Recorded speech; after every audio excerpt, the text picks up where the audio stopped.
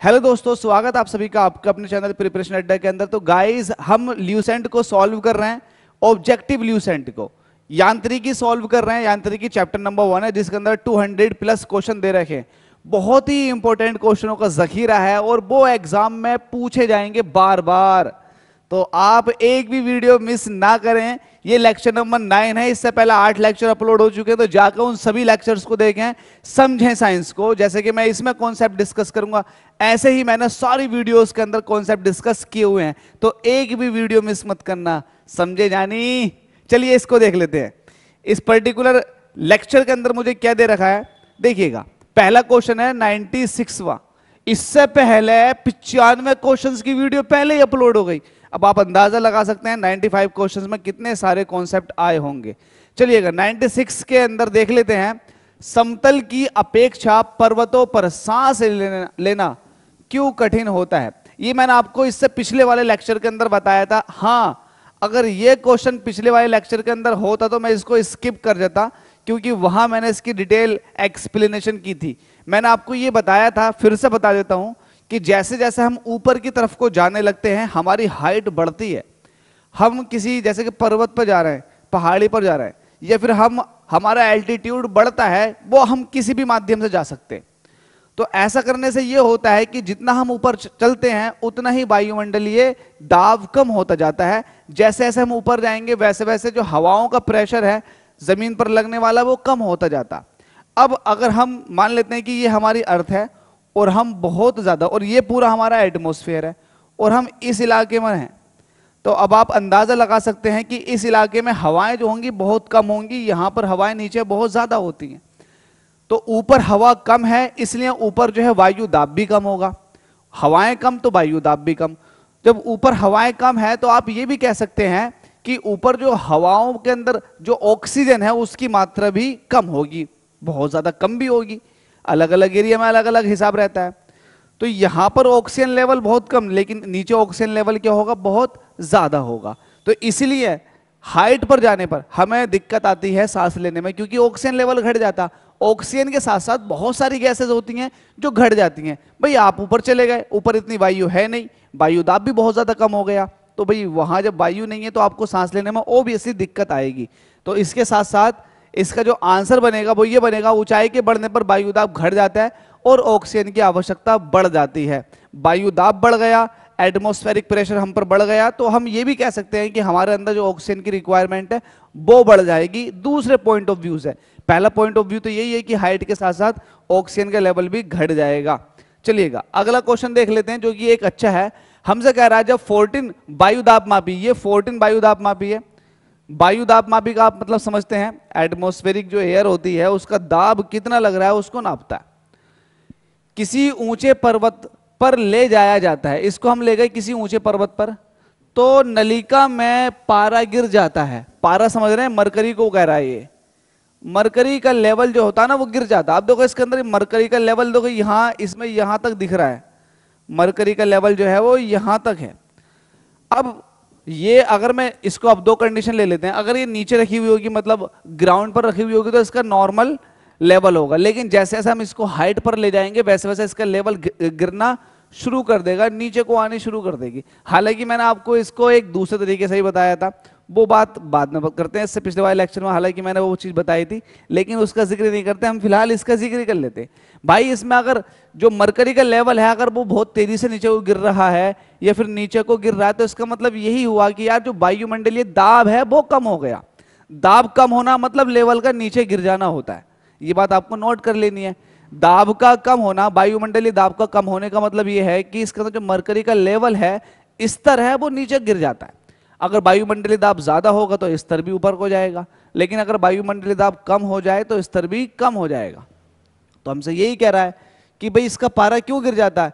तो इसका आंसर अब आप खुद लगा सकते हैं। वहां वायु अपेक्षाकृत हल्की होती है, नहीं हल्की का तो कोई मतलब नहीं है, प्रेशर का मतलब होगा उसका।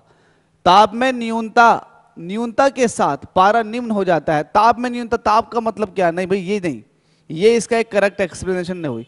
वहां पर वायुमंडलीय दाब निम्न हो जाता है, तो ये इसका बिल्कुल सही जवाब है। अल्टीमेटली पारे का गिरना उठना सारा का सारा किससे रहता है, वायुमंडलीय दाब से। ठीक है भाई, चलिएगा अगले क्वेश्चन की तरफ चलते हैं। ये वाला क्वेश्चन याद रखना, इस तरह के क्वेश्चन बहुत सारे डिस्कस किए हैं।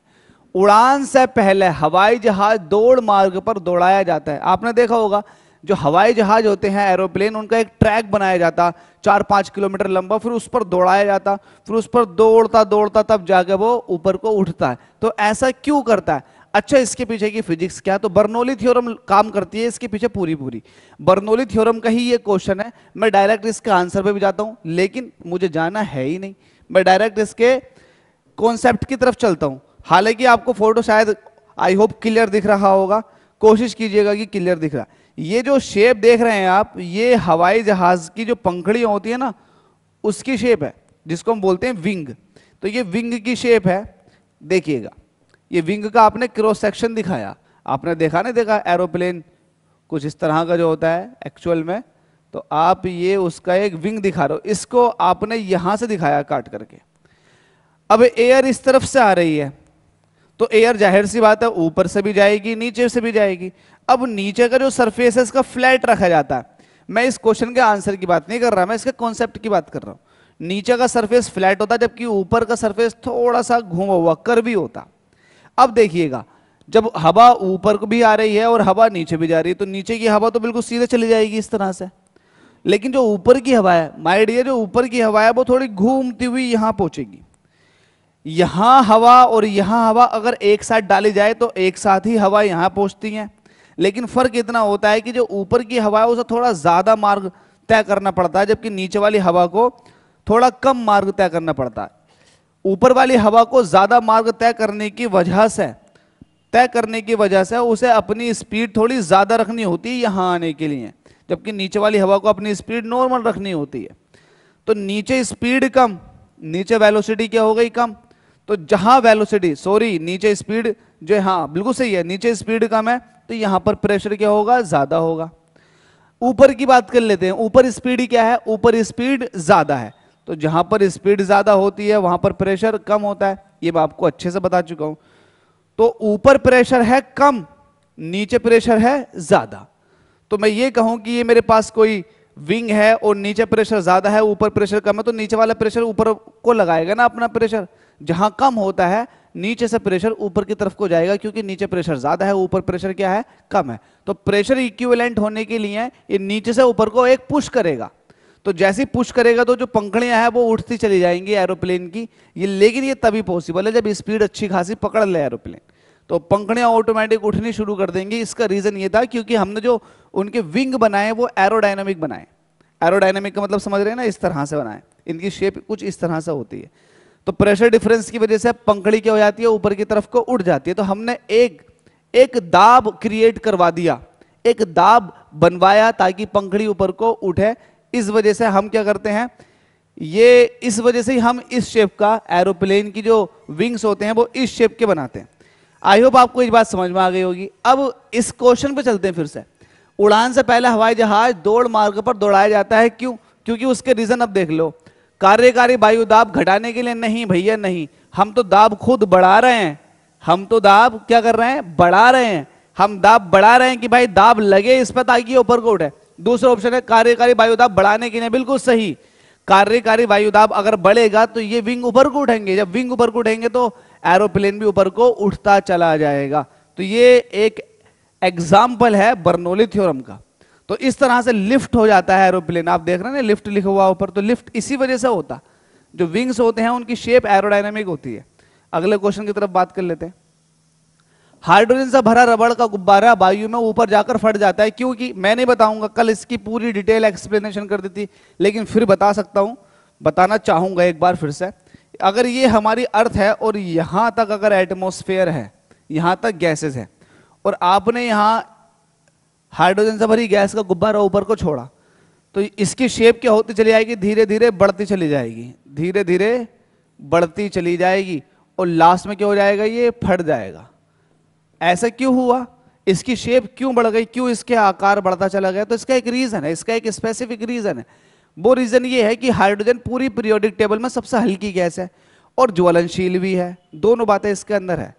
पूरी पीरियोडिक टेबल का पहला एलिमेंट हाइड्रोजन है, इसलिए सबसे ज्यादा हल्की गैस हाइड्रोजन ही है, लेकिन ज्वलनशील होती है। अब क्या हुआ, जब ये नीचे थी तो पूरा इतना ज्यादा वायुमंडल इस पर दाब लगा रहा था। वायुमंडलीय दाब यहां लगने की वजह से इसकी शेप जो थी वो थोड़ी सुकुड़ी हुई थी, छोटी थी, जैसे कि आपके पास नॉर्मल बलून होता। लेकिन जैसे जैसे ये ऊपर को उठता चला गया अपने हल्केपन की वजह से, वैसे वैसे वायुमंडलीय दाब की वैल्यू कम होती चली गई, कम होती चली गई। जैसे जैसे वायुमंडलीय दाब इस पर लगने वाला, वायुमंडलीय दाब कम हुआ, वैसे वैसे इसका शेप भी बड़ा होता चला गया, क्योंकि वायुमंडलीय दाब ही था जो इसके शेप को बनाए हुए था। अब वही हटता चला जाएगा, उसकी वैल्यू ही कम होती चली जाएगी, तो ये इसका आकार क्या होगा, बढ़ना शुरू कर देगा।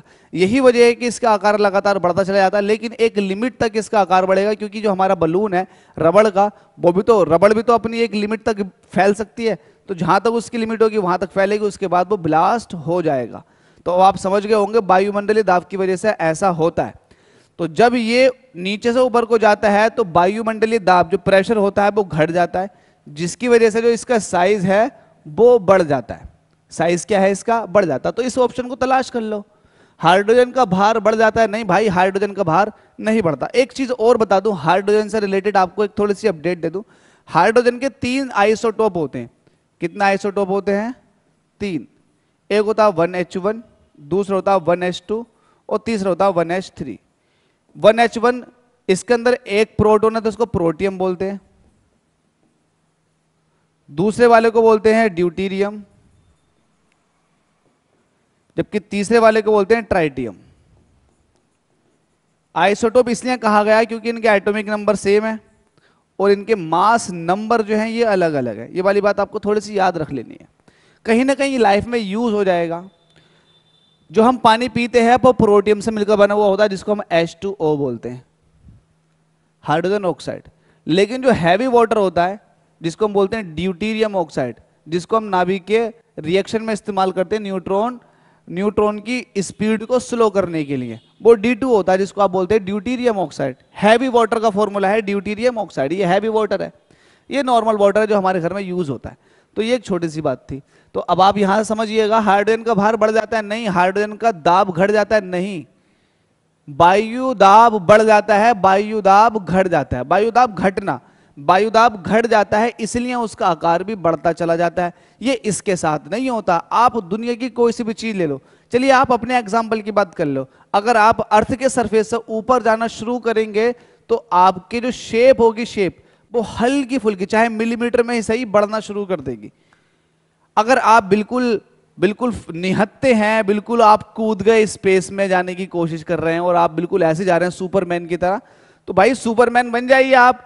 आगे जाके क्या होगा, आपकी बॉडी फट जाएगी। क्यों फट जाएगी, क्योंकि भाई आपका एटमॉस्फेरिक प्रेशर तो हट गया और आप सुपरमैन बन रहे हो। और जो आपकी वीन्स हैं जो हाई प्रेशर लगा रही हैं, तो वो फाड़ते हुए आपके अंदर का ब्लड बाहर निकाल देंगी।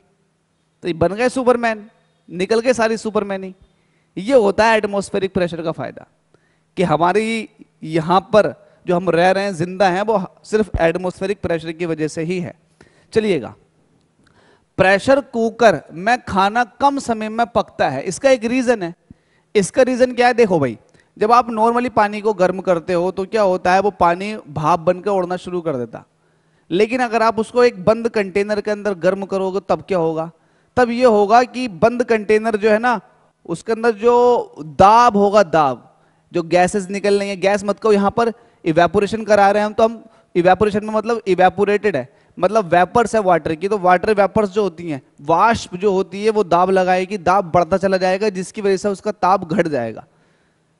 ताप घटने का मतलब मैं यहां से ताप को बोल रहा हूं, क्वथनांक को। तो कम टेम्परेचर पे ये बॉयल होना शुरू हो जाएगा, क्योंकि यहां पर प्रेशर बहुत ज्यादा आपने हाई कर दिया।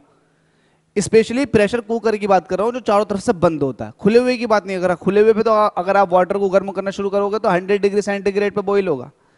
अगर आप इसी पानी को किसी ऊंची जगह पर, जैसे पहाड़ों पर जाकर गर्म करोगे, तो ये 100 डिग्री सेंटीग्रेड से कम तापमान पर ही उबलना शुरू कर देगा। लेकिन जब आप इसको प्रेशर कुकर के अंदर कर रहे हो तो आप सोच के बताएं प्रेशर कुकर के अंदर क्या होगा।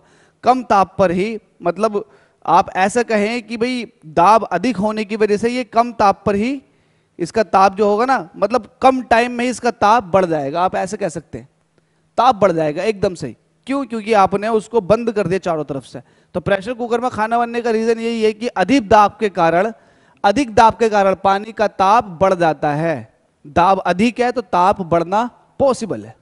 आपने बंद कर दिया और इसका लगातार आप इसका क्या कर रहे हो, गर्म कर रहे हो, तो भाई ऐसा करने से जो आप ताप भी बढ़ा रहे हो, देखो इसमें ताप भी बढ़ता क्योंकि आप नीचे से गर्म भी कर रहे हो, तो दाब बढ़ गया और ताप बढ़ गया। तो दाब बढ़ने की वजह से जल्दी से ताप बढ़ जाता है, ये वाली बात है इसके अंदर, ये वाली बात आप ध्यान रखना। पीसीएस ने 2005 में इस क्वेश्चन को पूछा था, हो सकता है रिपीट मार दे। चलिएगा नेक्स्ट क्वेश्चन की बात कर लेते हैं। सूर्य पर ऊर्जा का निर्माण होता है, ये आपने बचपन से पढ़ा होगा, 9th 10th 11th 12th लगातार पढ़ते हुए आ रहे होगा कि सूर्य पर जो ऊर्जा का निर्माण होता है वो नाभिकीय संलयन क्रिया से होता है, जिसको हम इंग्लिश में बोलते हैं न्यूक्लियर फ्यूजन। इसका मतलब ये होता है कि दो लाइट न्यूक्लियर, हल्के न्यूक्लियर, न्यूक्लियर नहीं बोला, न्यूक्लियस की बात कर लेता हूं यहां,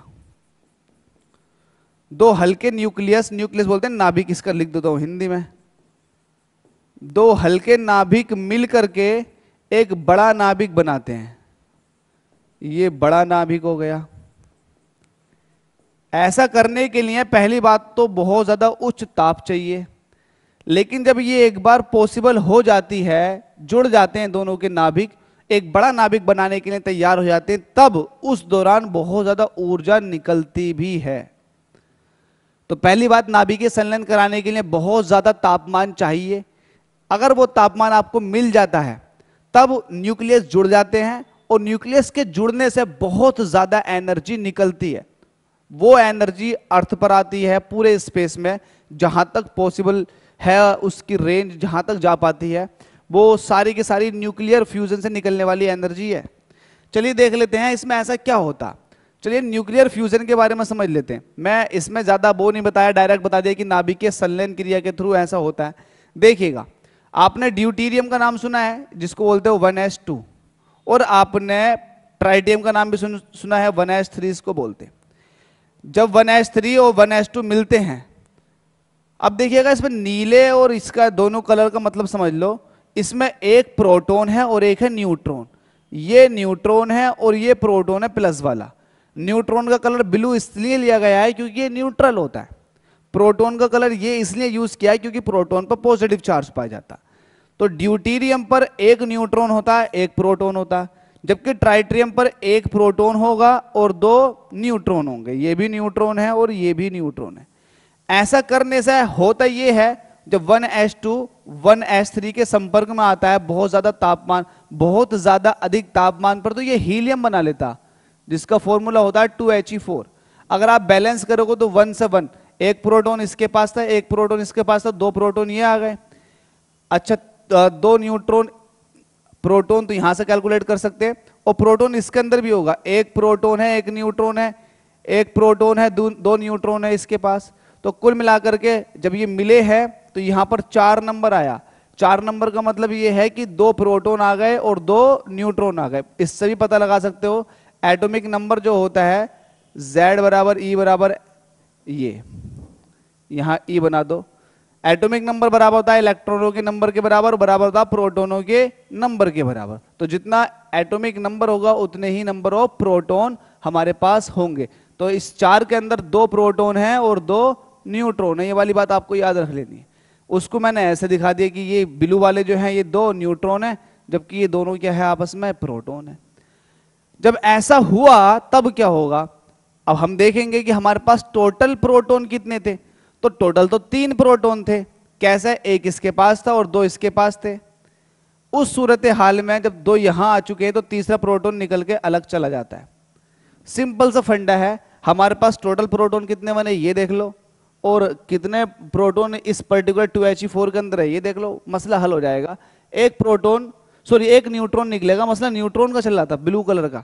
प्रोटॉन तो जितने इसके पास हैं उतने उसके पास होंगे हीलियम के पास, लेकिन न्यूट्रॉन एक फालतू हो जाएगा, क्योंकि हीलियम के पास अगर बात करोगे तो 2 प्रोटॉन होते हैं, 2 ही न्यूट्रॉन होते हैं। 2 न्यूट्रॉन होने की वजह से वो एक्स्ट्रा न्यूट्रॉन को नहीं रख सकता, इसलिए वो निकल जाता। न्यूट्रॉन न्यूट्रल होता है, इसलिए मैंने इसको ब्लू कलर का दिखा रखा। तो न्यूक्लियर फ्यूजन रिएक्शन ही है सन के ऊपर जो होती है, जिसकी वजह से हमारे पास भी एनर्जी आती है। अब इसके ऊपर बहुत सारे क्वेश्चन बन सकते हैं, जैसे कि ये है, सूर्य की ऊर्जा उत्पन्न होती है डायरेक्ट नाभिकीय संलयन द्वारा। यूपीपीसीएस ने पूछ लिया 2 बार, पूछ लेगा, सिंपल सा फंडा है। अगर आपसे फिर से बात करूं रिएक्शन की, तो 1H1 जुड़ेगा 1H3 के साथ, ऐसा करने से हीलियम बन जाएगा 2He4, और बहुत ज्यादा ऊर्जा भी निकलेगी, लेकिन यहां उच्च ताप भी चाहिए।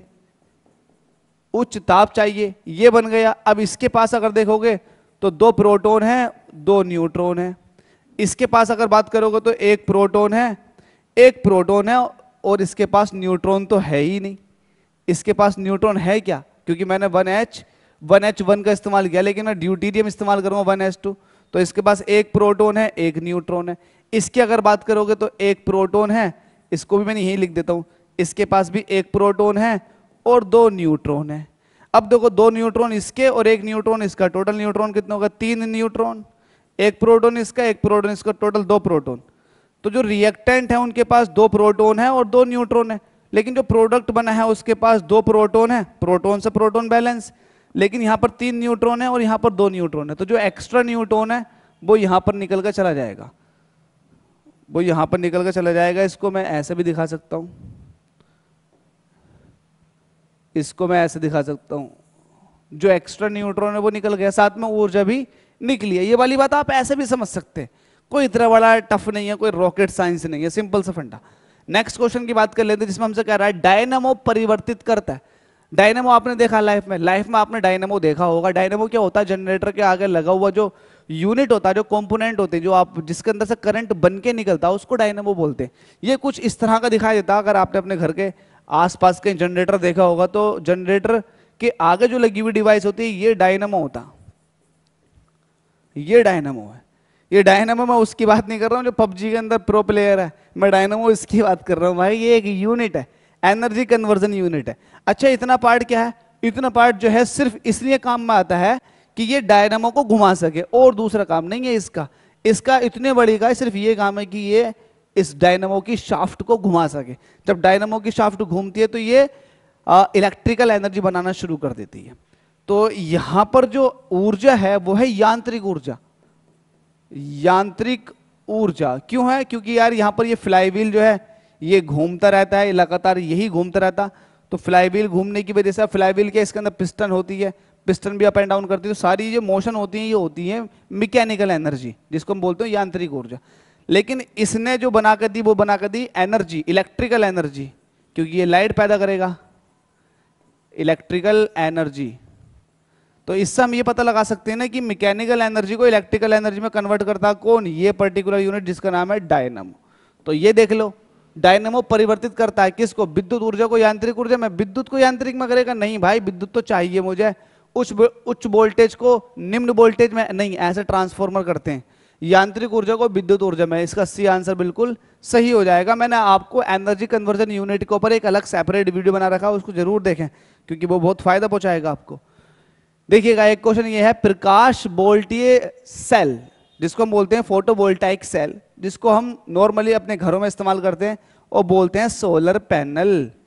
ठीक है, ये फोटोवोल्टाइक सेल है। हमसे कह रहा है कि प्रयोग से सौर ऊर्जा, जो सूरज की रोशनी आगे गिर रही है इस पर, सूरज की रोशनी आगे इस पर गिर रही है, कह रहा उसको ये किस तरह की एनर्जी में रूपांतरित करता। कॉमन सेंस की बात है, ये आप इसलिए लगाते हो ताकि आप इससे अपने घर के पंखे चला सको, बैटरी चार्ज कर सको। तो इसने कन्वर्ट कर दिया इसको इलेक्ट्रिकल एनर्जी में। किसमें, इलेक्ट्रिकल एनर्जी में। तो ये यूज करता है सौर ऊर्जा, सौर ऊर्जा, और कन्वर्ट कर देता है इसको इलेक्ट्रिकल एनर्जी में। तो हम ये कह सकते हैं प्रकाश वोल्टीय सेल के प्रयोग से सौर ऊर्जा का रूपांतरण करने से निम्न में से किसका उत्पादन होता है। तो उत्पादन जो होता है वो किसका होता है, विद्युत ऊर्जा का, क्योंकि लास्ट में जो बनी है वो विद्युत बनी है।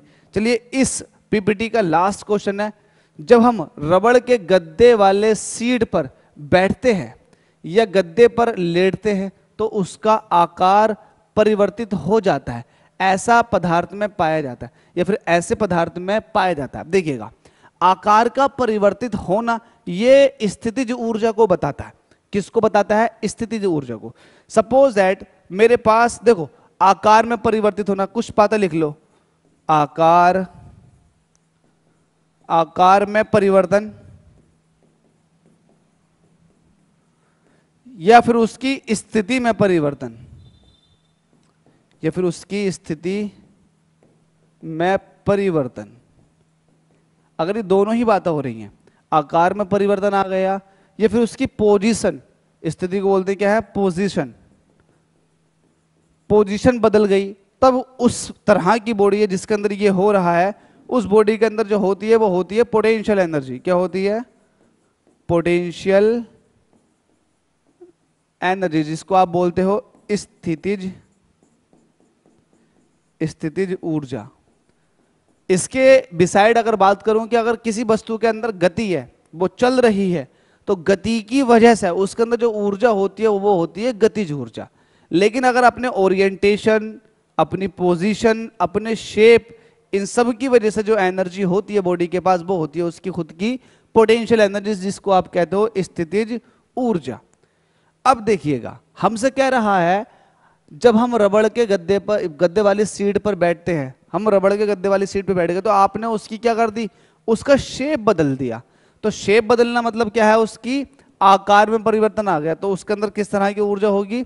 स्थितिज ऊर्जा। ये वाली बात आपको याद रखनी है, स्थितिज ऊर्जा होती है उसके अंदर। तो इस वीडियो के अंदर फिलहाल इतने ही क्वेश्चन थे। उम्मीद करता हूं कि आपने कुछ ना कुछ इस वीडियो से सीखा है। अगर कहीं आपको डाउट है तो कमेंट बॉक्स में कमेंट करना ना भूलें, और हो सके तो चैनल को सब्सक्राइब करें, वीडियो को ज़्यादा से ज़्यादा शेयर करें। वीडियो देखने के लिए आपका बहुत बहुत धन्यवाद। Thank you.